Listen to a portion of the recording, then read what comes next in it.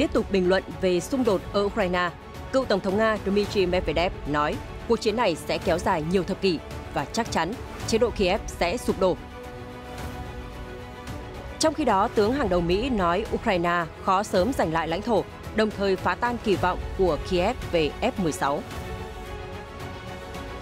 Lãnh đạo tình báo Ukraine kể chuyện bị thương nặng, mảnh đạn găm vào tim trong cuộc xung đột ở Donbass. Các tin tức quốc tế chính yếu khác. Trung Quốc nói hợp tác kinh tế và thương mại với Đức giúp phục hồi kinh tế toàn cầu. Tổng thống Putin xem Liên minh Kinh tế Á-Âu là một trong những trung tâm thế giới đa cực. Ở Mỹ, cựu Tổng thống Trump chế giễu Thống đốc Florida Ron DeSantis, đối thủ chính của ông trong cuộc chiến giành vị trí đại diện Đảng Cộng Hòa trong cuộc bầu cử 2024. Thiếu nữ lùn nhất nước Nga tốt nghiệp trung học. Khám phá ngày hội của những chú hề ở Peru. Tất cả sẽ được gửi đến quý vị ngay sau đây.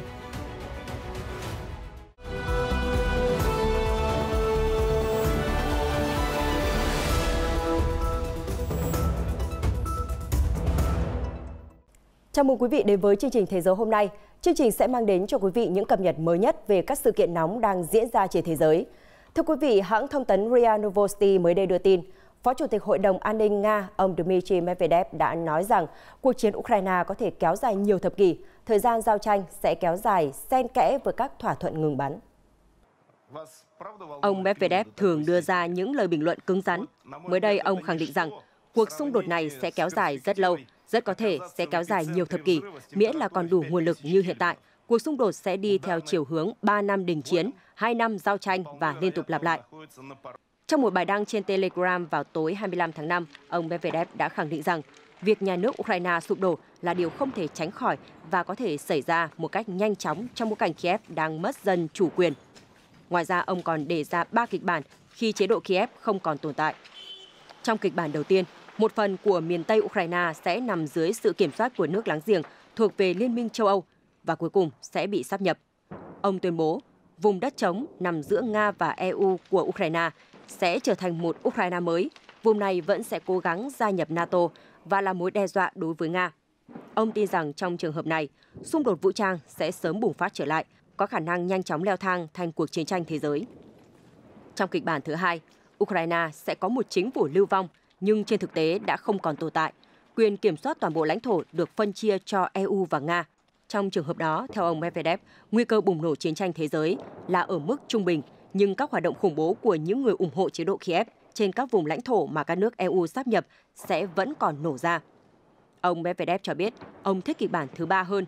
Cụ thể, các vùng lãnh thổ phía Tây của Ukraine sẽ tự nguyện sáp nhập các nước láng giềng EU, trong khi đó các vùng miền Đông và một số khu vực trung tâm sẽ tuân theo quyền tự quyết được ghi trong Điều 1 của Hiến chương Liên Hợp Quốc. Theo thông tin từ Pravda, tại cuộc họp giữa nhóm liên lạc về quốc phòng Ukraine diễn ra hôm 25 tháng 5, Chủ tịch Hội đồng Tham mưu trưởng Liên quân Mỹ, tướng Mark Milley đã nói rằng Ukraine có khả năng giải phóng tất cả các vùng lãnh thổ mà Nga đang kiểm soát, nhưng điều này sẽ không xảy ra trong tương lai gần. Ông Milley nói, tất cả các cuộc xung đột đều kết thúc dù sớm hay muộn. Chúng kết thúc với chiến thắng của bên này hoặc bên kia, hoặc kết thúc bằng giải pháp hòa bình thông qua đàm phán. Nga không thể thắng cuộc chiến này về mặt quân sự. Ông giải thích rằng Nga đã không đạt được các mục tiêu chiến lược trong chiến dịch quân sự của mình. Đồng thời, ông cũng tin rằng Ukraine có khả năng đạt được các mục tiêu chiến lược thông qua các biện pháp quân sự. Ông nói, các mục tiêu chiến lược của Ukraine là giải phóng toàn bộ lãnh thổ mà Nga đang kiểm soát. Có vài trăm nghìn binh sĩ Nga hiện đang đồn trú tại các vùng lãnh thổ của Ukraine. Ukraine có thể giành lại về mặt quân sự, nhưng có lẽ không phải trong tương lai gần. Điều đó có nghĩa là giao tranh sẽ tiếp tục, rất đẫm máu và cũng rất khó khăn. Ông nói thêm rằng sự hỗ trợ dành cho Ukraine sẽ tiếp tục nếu cuộc chiến vẫn còn tiếp diễn. Tại cuộc họp, ông Milley cũng nói rằng các máy bay chiến đấu F-16 mà Kiev kêu gọi hiện tại sẽ không đủ hiệu quả để bảo vệ không phận khi Nga đang duy trì ưu thế đáng kể trên không. Ông nói, đối với F-16, 10 chiếc máy bay loại này sẽ tiêu tốn 1 tỷ đô la và chi phí bảo dưỡng sẽ thêm 1 tỷ đô la khác, tức là 10 chiếc máy bay mang giá trị 2 tỷ đô la. Nga có hàng nghìn máy bay chiến đấu thế hệ thứ 4 và thứ 5. Do đó, để có thể chống lại chúng trên không, cần phải có một số lượng lớn máy bay chiến đấu thế hệ thứ 4 và thứ 5. Trong cuộc phỏng vấn với truyền thông hôm 25 tháng 5, người đứng đầu Tổng cục Tình báo thuộc Bộ Quốc phòng Ukraine Kirill Budanov đã kể rằng ông từng bị thương 3 lần trên chiến trường Donbass. Tướng tình báo Ukraine cho biết vết thương nặng nhất của ông là do một quả mìn phát nổ và mảnh vỡ của nó đã găm thẳng vào tim ông. Bên cạnh đó, ông Budanov còn kể về vết thương do súng bắn ở khuỷu tay. Mặc dù không nêu rõ hoàn cảnh bị thương, nhưng theo đài RT, lãnh đạo tình báo Ukraine đang đề cập đến cuộc xung đột kéo dài nhiều năm giữa chính quyền Kiev và phe ly khai Cộng hòa Nhân dân Donetsk tự xưng và Cộng hòa Nhân dân Luhansk tự xưng ở Donbass trước khi cuộc chiến toàn diện giữa Nga và Ukraine nổ ra.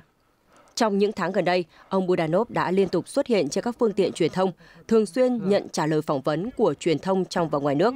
Vị quan chức tình báo cấp cao của Ukraine đồng thời cũng có những phát biểu ngày càng hiếu chiến. Đáng chú ý đầu tháng này, ông Budanov tuyên bố, chúng tôi sẽ loại bỏ người Nga ở bất cứ đâu cho đến khi giành được thắng lợi hoàn toàn trên lãnh thổ Ukraine.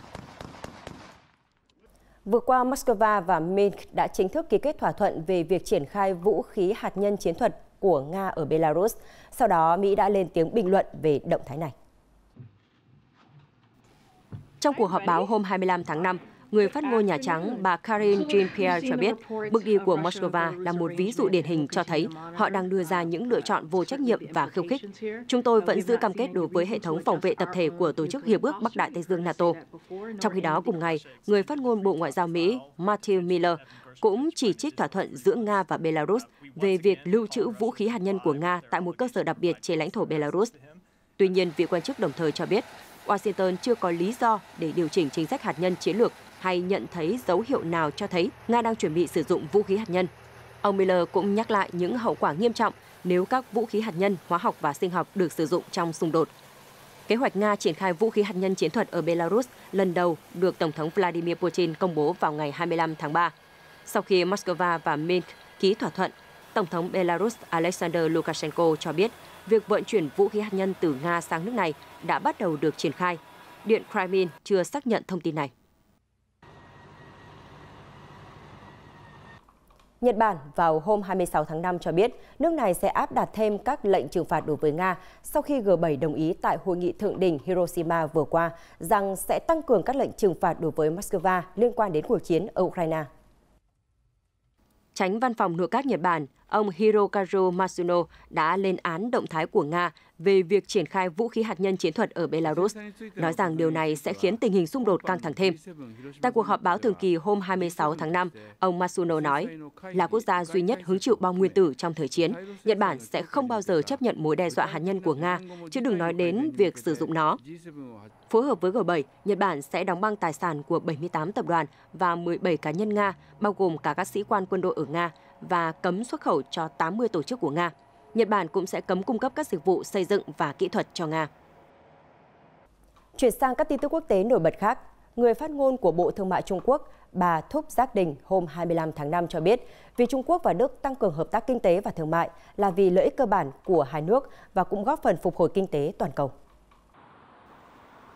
Thương mại giữa Trung Quốc và Đức đã tăng lên mức kỷ lục vào năm ngoái, khiến Bắc Kinh trở thành đối tác thương mại quan trọng nhất của Đức trong năm thứ 7 liên tiếp. Theo Bộ Thương mại Trung Quốc, Đức vẫn là đối tác thương mại lớn nhất của Trung Quốc, nguồn đầu tư nước ngoài lớn nhất và là điểm đến đầu tư quan trọng ở châu Âu. Dữ liệu từ Bộ Thương mại cho thấy vào năm 2022, đầu tư của Đức vào Trung Quốc đạt 2,57 tỷ đô la, tăng 52,8% so với cùng kỳ năm ngoái.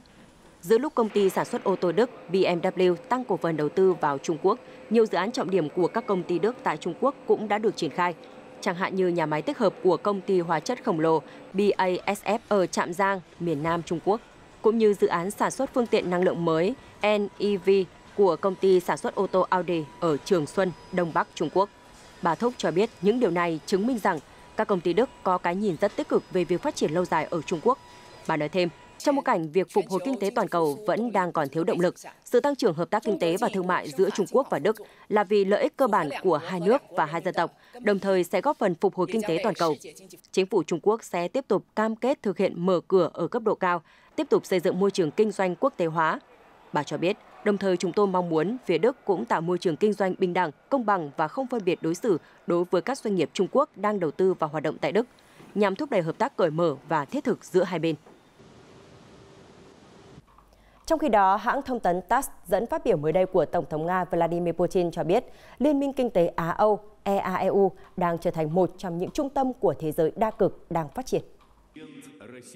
Vị nguyên thủ quốc gia nói, tôi tự tin lưu ý rằng sự hợp tác trong khuôn khổ Liên minh Á-Âu tiếp tục phát triển vững chắc và Hiệp hội của chúng ta luôn đảm nhận vị trí là một trong những trung tâm độc lập và tự cung tự cấp của thế giới đa cực đang phát triển. Tổng thống nhấn mạnh, sự tương tác giữa các quốc gia thành viên EAEU luôn được xây dựng trên nguyên tắc cùng có lợi, xem xét lợi ích của nhau và tập trung vào hỗ trợ phát triển kinh tế bền vững, nâng cao phúc lợi của người dân ở tất cả các quốc gia trong liên minh. Liên minh Kinh tế Á-Âu EAEU là một liên minh kinh tế đã chính thức hoạt động vào đầu năm 2015 giữa các quốc gia Armenia, Belarus, Kazakhstan, Nga và Kyrgyzstan. EAEU sẽ cho tự do luân chuyển hàng hóa, tư bản, dịch vụ và định cư. Liên minh này sẽ có chung hệ thống chuyên chở, chính sách về nông nghiệp và năng lượng, cũng như hướng đến hệ thống tiền tệ chung trong tương lai. Phát biểu tại thủ đô Havana của Cuba hôm 25 tháng 5, Giám đốc chính sách đối ngoại của EU, ông Josep Borrell cho biết, EU vẫn là đối tác thương mại hàng đầu của Cuba, bất chấp các lệnh trừng phạt ngày càng tăng của Mỹ đối với nước này. Trong chuyến công du 4 ngày tới Cuba, ông Borrell đã nói với một nhóm doanh nhân Cuba rằng Liên minh châu Âu là nguồn khách du lịch lớn thứ hai của Cuba sau Canada. Ông Borrell nói EU đóng vai trò quan trọng hơn cả Trung Quốc và Nga trong việc hợp tác thương mại với Cuba. Ông cho biết EU chiếm khoảng 1/3 ngoại thương của nước này. Mỹ áp đặt lệnh cấm vận thương mại đối với Cuba ngay sau cuộc cách mạng của cố lãnh đạo Fidel Castro vào năm 1959. Cuba cho biết những lệnh trừng phạt này đã góp phần thúc đẩy nước này tăng cường quan hệ thương mại cùng với Nga. Quốc gia cũng đang phải đối mặt với các lệnh trừng phạt từ cả Mỹ và Liên minh châu Âu. Cuba đã nói rằng Nga không phải là bên chịu trách nhiệm về cuộc xung đột ở Ukraine. Thay vào đó, Havana khẳng định Mỹ mới là nước cần chịu trách nhiệm. Ở Mỹ, cựu Tổng thống Donald Trump mới đây đã đưa ra những bài phát biểu chế giễu thống đốc bang Florida Ron DeSantis ngay sau tuyên bố tranh cử Tổng thống Mỹ vào năm 2024 của ông DeSantis. Trên video được đăng tải trên mạng xã hội Truth Social hôm 25 tháng 5, ông Trump đã chế giễu mã số bầu cử của ông DeSantis, đồng thời khẳng định các tranh chấp pháp lý giữa ông DeSantis và Disney là một mớ hỗn độn và nói rằng ông DeSantis chuyên tự tuyên truyền giả trên báo chí rằng mình là một người cứng rắn. Thống đốc Florida Ron DeSantis đã cuốn vào cuộc tranh cãi gay gắt với công ty Walt Disney từ năm ngoái khi công ty truyền thông này chỉ trích một dự luật của bang Florida. Ông DeSantis hiện đang tìm cách đẩy mạnh chiến dịch tranh cử tổng thống của mình, nhưng việc gặp rắc rối khi ra mắt qua một sự kiện trực tuyến hôm 25 tháng 5 đã khiến nhiều đối thủ chế giễu ông và cũng làm dấy lên những nghi ngờ về khả năng của ông với tư cách là một ứng cử viên tổng thống. Ông DeSantis có kế hoạch nhắm vào các bang được đề cử sớm là Iowa, New Hampshire và Nam Carolina vào tuần tới, nằm trong chuỗi sự kiện đầu tiên kể từ khi thông báo chính thức tham gia vào cuộc đua giành đề cử tổng thống từ Đảng Cộng hòa. Thống đốc bang Florida sẽ có các bài phát biểu và tổ chức các buổi trò chuyện kéo dài 4 ngày tại 12 thành phố, từ ngày 3 tháng 5 đến ngày 2 tháng 6.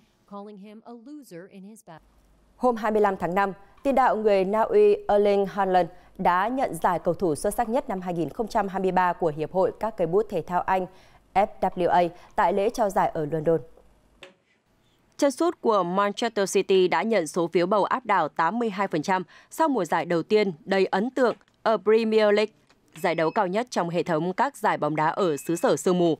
Anh xuất sắc vượt qua một số cái tên nổi trội khác như Xhaka và Martin Odegaard của Arsenal, đồng đội Kevin De Bruyne ở Man City và Marcus Rashford ở Manchester United.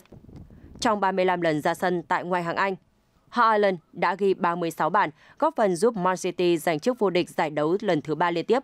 Anh cũng phá kỷ lục cầu thủ ghi nhiều bàn thắng nhất trong một mùa giải, 34 bàn, mà trước đó Andy Cole và Alan Shearer nắm giữ. Tổng số bàn thắng trên mọi đấu trường mùa này của cầu thủ 22 tuổi hiện là 52 bàn, kém 13 bàn so với kỷ lục của huyền thoại Dissidin trong mùa giải 1927-28. Thưa quý vị, Polina Skoric, thiếu nữ có chiều cao khiêm tốn nhất nước Nga, mới đây đã tốt nghiệp trung học và dự định sẽ tiếp tục theo đuổi con đường học vấn. Thông tin được cơ quan giáo dục vùng Kursk của Nga công bố với truyền thông mới đây. Trong thông báo, cơ quan giáo dục vùng Kursk nêu rõ, Polina Skoric đã hoàn thành chương trình học tại trường trung học ở quận Gluskovo. Theo đài RT, Skorik hiện 17 tuổi nhưng chỉ cao 80 cm. Cô là trường hợp duy nhất ở Nga mắc chứng loạn sản xương, một căn bệnh hiếm gặp, gây hình thể xương bất thường và có thể đi kèm với thiểu năng trí tuệ nhẹ. Tuy nhiên, hiệu trưởng trường trung học cho biết Skorik không gặp nhiều khó khăn trong học tập và luôn được bạn bè giúp đỡ hỗ trợ. Để giải quyết vấn đề di chuyển của Skorik, nhà trường đã chỉ định lớp học của cô tại một phòng cố định. Theo cơ quan giáo dục vùng Kursk, thiếu nữ 17 tuổi đang có kế hoạch đăng ký một khóa học về văn thư và cũng quan tâm đến lĩnh vực sân khấu. Skorik cũng từng góp mặt trong bộ phim truyền hình nhiều tập Dr. Richter của Nga. Thưa quý vị, cây gạo khổng lồ gắn liền với lịch sử thành lập thủ đô Freetown của quốc gia Tây Phi Sierra Leone, biểu tượng tự do của người dân địa phương mới đây đã bị gãy đổ sau khi khu vực trải qua một cơn mưa lớn. Tổng thống Sierra Leone Julius Maada đã mô tả vụ việc là một sự mất mát lớn đối với quốc gia. Hình ảnh tại hiện trường cho thấy đám đông vây kín thân cây bị gãy, nằm ngổn ngang trên mặt đất. Họ cầu nguyện trước khi những cành cây được di rời. Cây đổ cũng khiến một số tòa nhà và ô tô trong khu vực bị hư hại, song không có báo cáo về thương vong. Cây gạo là địa danh quan trọng nhất ở Sierra Leone, có từ thời nô lệ Mỹ được trả tự do đến nơi này định cư vào những năm 1700. Trước khi bị trận mưa lớn đánh đổ, cây có chiều cao 70 mét, đứng sừng sững giữa một bùng binh ở trung tâm thủ đô Freetown, với tán cây rộng vươn tới những công trình xung quanh. Trong khi đó, ở Ấn Độ, người dân ở quận Nashik thuộc bang miền Tây Maharashtra trong những ngày gần đây đã buộc phải leo xuống những cái giếng gần như cạn khô để lấy nước, giữa bối cảnh nhiệt độ trong khu vực tăng cao. Người đứng đầu làng Koshimapada nói với Reuters, những người phụ nữ trong làng đang mạo hiểm mạng sống khi trèo xuống giếng bằng dây thừng và tiếp cận nguồn nước đã cạn kiệt ở bên dưới. Sau đó họ sẽ tự lọc nước trước khi sử dụng. Bình luận về thực trạng này, chính quyền bang cho biết người dân trong khu vực sẽ sớm được tiếp cận với nước sạch. Ông Vijay Kumar Gavit, người đứng đầu phát triển vùng nông thôn của làng Maharashtra, nói nước máy sẽ đưa về các ngôi làng và từng hộ dân trong những ngày tới. Một thông tin nổi bật khác về văn hóa. Thưa quý vị, đường phố thủ đô Lima của Peru mới đây đã trở nên vui nhộn, rực rỡ sắc màu khi hàng chục chú hề cùng quy tụ về đây tham gia lễ hội chú hề truyền thống. Đôi giày to, cùng khuôn mặt sặc sỡ, bộ tóc giả và bộ trang phục màu mè. Đó là những gì mà người tham gia khoác lên mình trong ngày của những chú hề, một lễ hội truyền thống của thủ đô Lima, Peru. Đoàn diễu hành gồm những chú hề, vũ công và ban nhạc đã mang đến không khí sôi động và tiếng cười, niềm vui cho người dân địa phương. Khi mọi người không vui vì những điều tồi tệ, chúng tôi mang đến cho họ niềm vui. Khi mọi người căng thẳng bởi những vấn đề chính trị và cơm áo gạo tiền, chúng tôi sẽ mang đến cho họ nụ cười. Người Peru tổ chức ngày hội của những chú hề vào ngày 25 tháng 5 hàng năm từ năm 1987 nhằm tưởng nhớ chú hề quá cố Joe Alvarez Verez, nghệ danh Tony Perrin, hay còn được biết đến với cái tên chú hề của người nghèo. Cùng với chiếc lều màu mè, chú hề Tony Perrin đã lan tỏa niềm vui đến các khu ổ chuột tại thủ đô Lima, Peru. Trong những năm cuối đời, ông lại chỉ có một mình và nằm liệt trên giường bệnh cho đến khi qua đời vào ngày 25 tháng 5 năm 1987. Nội dung vừa rồi đã khép lại chương trình Thế giới hôm nay của chúng tôi. Cảm ơn sự quan tâm theo dõi của quý vị. Xin kính chào và hẹn gặp lại.